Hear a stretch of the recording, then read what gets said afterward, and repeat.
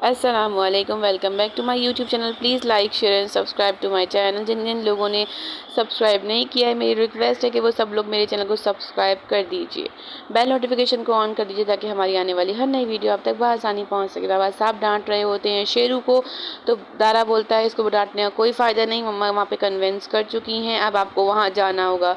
बाबा साहब बहुत ही गुस्से में थाने से निकलते हैं। यहाँ फरवा और सूफिया बात कर रही हैं कि फरवा सूफिया कहती है फरवा को कि मुझे लगता है कि अब वो लड़की इस घर से निकल जाएगी, तो फरवा कहती है कि ऐसा नहीं है, मुझे लगता था बाबा साहब ने कुछ किया है लेकिन यही पता था कि ये सब उन्होंने ही किया है। तो सूफिया कहती है कुछ भी हो, बस वो लड़की जानी चाहिए, शमशेर यहाँ से नहीं जाना चाहिए। फरवा कहती है कि नहीं, अब मुझे लगता है बाप बेटे के बीच बहुत बड़ा घमासान होने वाला है और हो सकता है कि शमशेर ये घर छोड़कर चला भी जाए। इतने में फ़ोन खबर आती है कि बाबा साहब आ गए हैं। माँ समझा रही होती शमशेर को कि बेटा हौसले से काम लेना, वो तुम्हारे बाबा साहब हैं। इतने बाबा साहब घर में आते हैं, कहते हैं शमशेर ऊपर में तुमसे बात करनी है। शमशेर कहता है कि नहीं, मुझे आपसे यही बात करनी है, आप यही रुके। बाप घूर के देखता है उसको, कहता है हाँ बोलो। तो कहता है शमशेर कहता है मुझे शर्म आ रही है आप पे कि आपने एक लड़की को मरवाने की कोशिश की, आप इस हद तक गिर सकते हैं कि आपने एक आदमी की जान ली।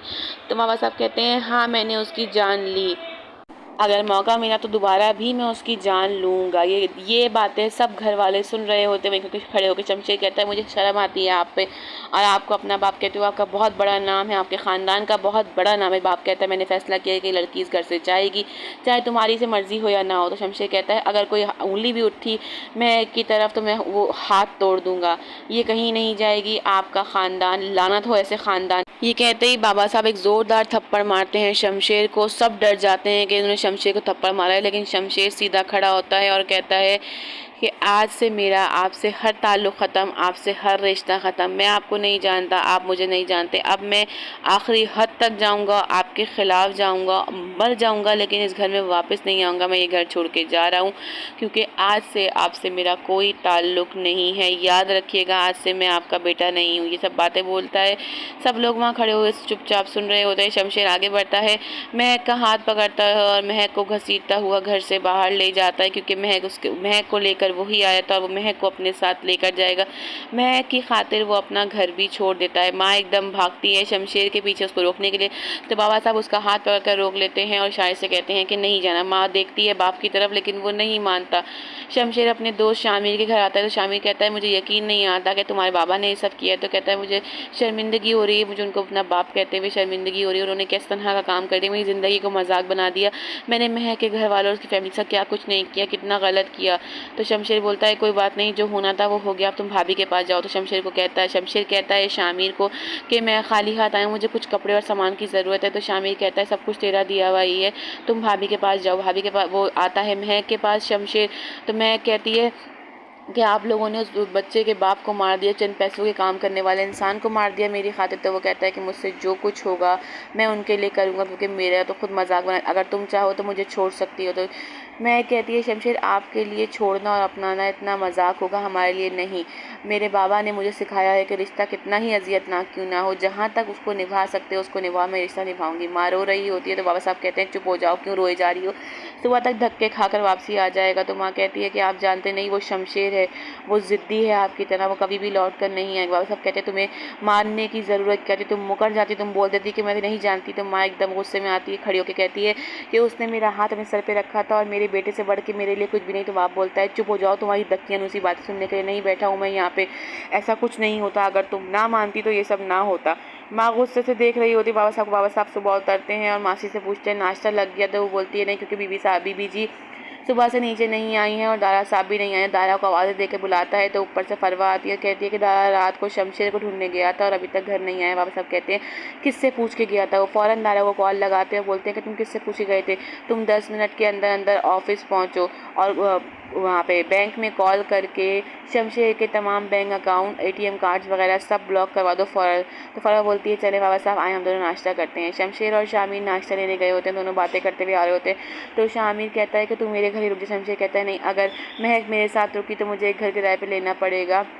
जिस पे शामिर कहता है कि मैं अपने बाप के पैसे पर इतना जवान नहीं हूँ जितना तेरे पैसे पर हो। मेरी स्कूल की, कॉलेज की फ़ीस, यूनिवर्सिटी की फ़ीस, मेरे घर का किराया, मेरे घर का राशन, सब कुछ तू ही तो करता था। अगर आज तेरे पे बुरा वक्त आया है तो मैं तेरा साथ हर हाल में दूंगा। यहाँ पे महक अपनी माँ से बात कर रही होती। माँ बताती है कि उन लोगों ने निदा का रिश्ता पक्का किया है एहसन के साथ, तो तुम आकर उससे मनाओ, क्योंकि निदा को मनाना भी एक मरहला है। तो महक कहती है जी मैं आती हूँ और आके उससे करूँगी बात, वो मान जाएगी, वो इतनी बुरी नहीं है। उसे समझाने का तरीका थोड़ा अलग ज़रूर है। जैसे ही शामिर और शमशेर घर आते हैं तो दारा वहाँ बैठा हुआ होता है। शामिर अंदर चला जाता है, शमशेर के सामने आके खड़ा होता है दारा और कहता है कि तुम घर चलो, बाबा साहब से माफ़ी मांग लो और महक को बुला, मैं बाबा साहब से बात करूँगा, वो नहीं निकालेंगे महक को। जैसे ही वो बोलता है कि तुम माफ़ी मांग लो बाबा साहब से, तो शमशेर एकदम दारा की तरफ देखता है, हंसने लगता है, कहता है मैं माफ़ी मांग लूँ? बीवी को मारने की कोशिश उन्होंने करी, महक को मारना उन्होंने चाहा, उस बंदे को उन्होंने मारा, मैं माफ़ी मांगूँ? बाबा साहब मुझसे माफ़ी मांगेंगे। दारा कहता है तुम्हारा दिमाग ख़राब हो गया, उन्होंने सारे अकाउंट वगैरह तुम्हारे फ्रीज़ करवा दिए। तो कहता है कोई बात नहीं, मुझे उनका 1 रुपया नहीं चाहिए। तो दारा कहता है तुम पाई पाई के मोहताज हो जाओगे। जिस पे शमशेर कहता है कि बाबा साहब का मोहताज होने से अच्छा है कि मैं पाई पाई का मोहताज हूँ, मैं उस घर में नहीं आऊँगा, आप वहाँ जा सकते हैं। शामिर नाश्ता बना रहा होता है तो महक आके बोलती है कि मैं नाश्ता बनाऊँ?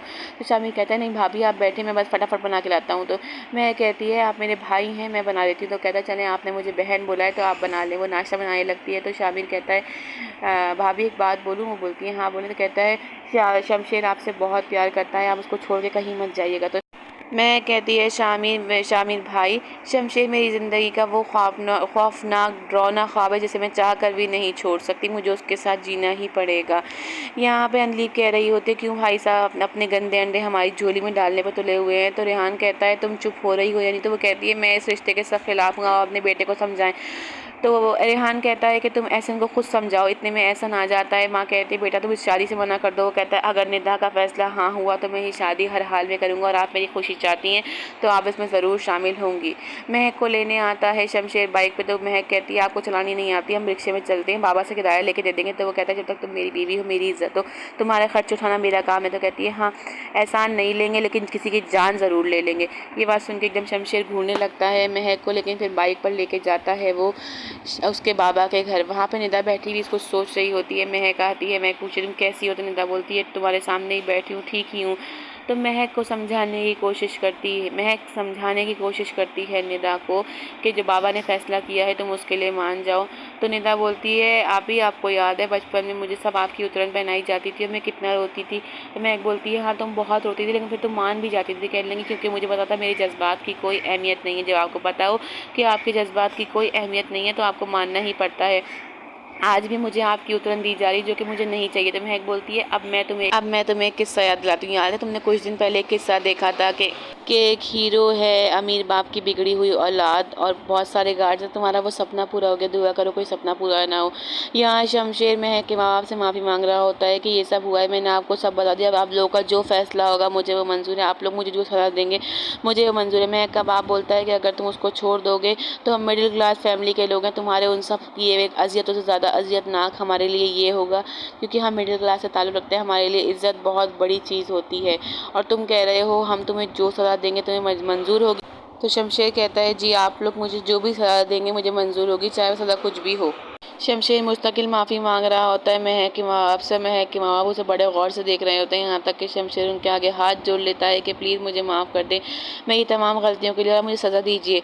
तो उसका बाप कहता है कि हम तुम्हें सिर्फ एक सज़ा दे सकते हैं और वो सज़ा ये है कि तुम्हें कोई सज़ा ना दी जाए, तुम्हारी ज़िंदगी भर सज़ा यही होगी कि तुम्हें सज़ा ना दी जाए और यही तुम्हारी सज़ा है। ये बात सुनकर शमशेर फ़ौरन खड़ा हो जाता है और वहाँ से जाने के लिए निकल जाता है और सोचता है कि ये कैसी सज़ा दे दी है इसके माँ बाप ने, मुझे सज़ा दी भी है और नहीं भी दी। आगे जानने के लिए हमारे साथ देखते रहिए। अपना ढेर सारा ख्याल रखिएगा। अल्लाह हाफ़िज़।